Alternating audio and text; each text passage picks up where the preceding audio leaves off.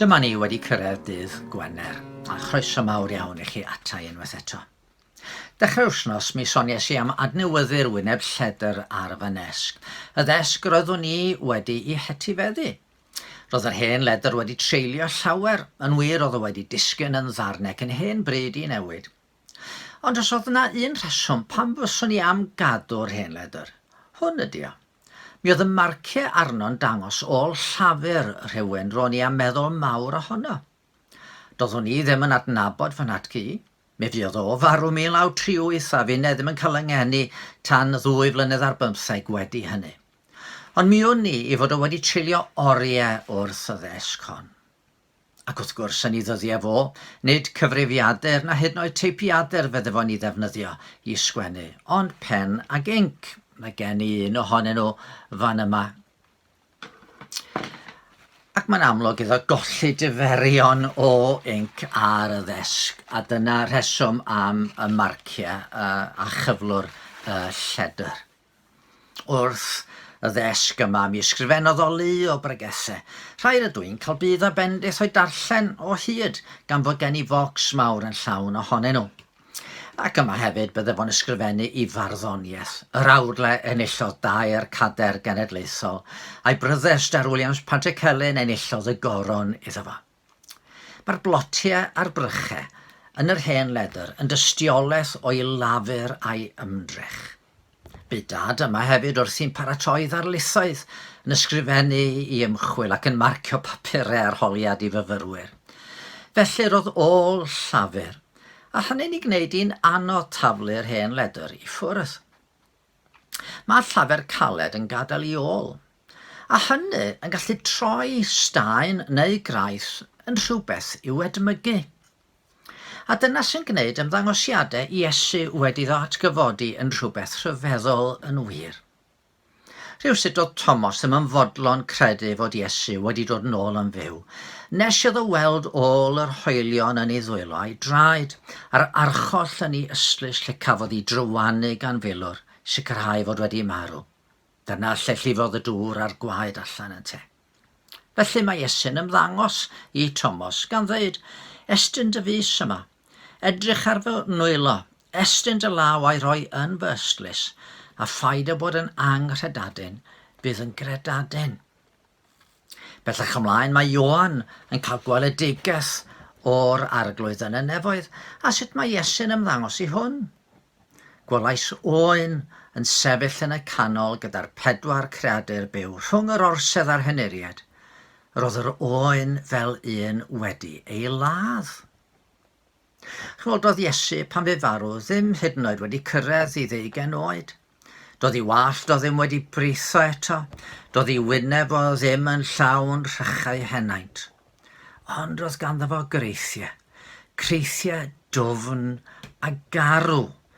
Sdim byd prydferth am gorff sydd wedi cael ei groesoelio, nac am oen sydd wedi ei ladd. Ond mae Iesu yn arddel I greithiau yn y nefoedd, oherwydd I bod nhw'n brawf o'r llafur aeth drwyddo mwyn yn gwaredu ni o'n hyffern, yr uffern yr ydyn ni I gyd yn ei heiddi. A dyna pam mae offer dienyddio ydy prif symbol y ffydd Gristnogol. Mae'r groes yn gwbl ganolog i'n cred. Fe ganodd Williams Pantycelyn, Mae enw Calfari fi gynt yn wradwydd mawr, yng ngolwg fennau di yn fwy na'r nef yn awr. Yn y fan honno, fe dderbyniodd Iesu'n cywilydd ni a'i ganlyniadau. Ac am hynny, ffydd weidlyd ydy Cristnogaeth, na nid gwaed yn gelynion, ond gwaed yn gwaredwr a'n ceidwad. Gall y Cristion sôn am gael lloches yn y gwaed a redodd ar y groes. Dyma'r arwydd fod cariad Duw yn mynd i'r eithaf yn mwyn, a dyma'r arwydd fod y pris am ein beie wedi I dalu'n llwyr. Yndi, mae Iesu'n arddel I glwyfau yn y nefoedd, a hynny mwyn I ni gael bod gydag ef yn rhannu ogoniant a'i lawenydd.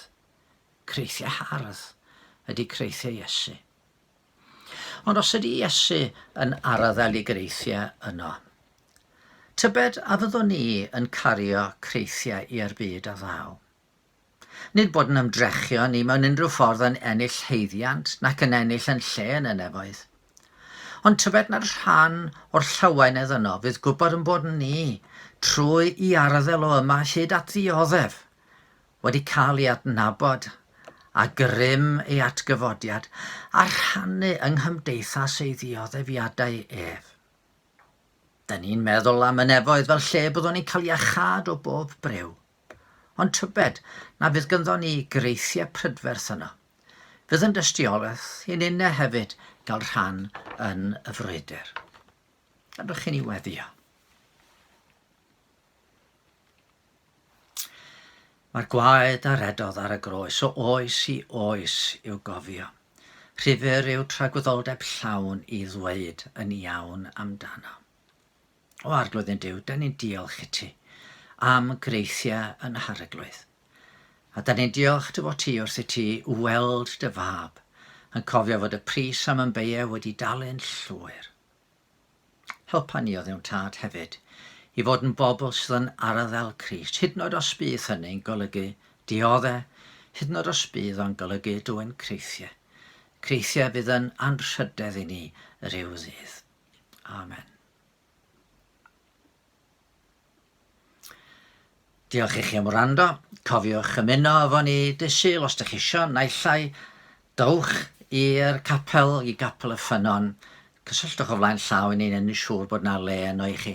Neu ymunwch ar y we. Ac os fydd Duw'n caniatáu, bydd o'i nôl wsos nesaf efo mwy o Myfyrdodau. Dyma lle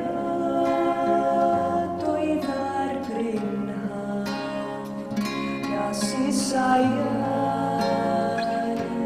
Sgleirion llawn, mi orin wyddau ar gytun, yn brynu'r bwrdd giliedig ddyn.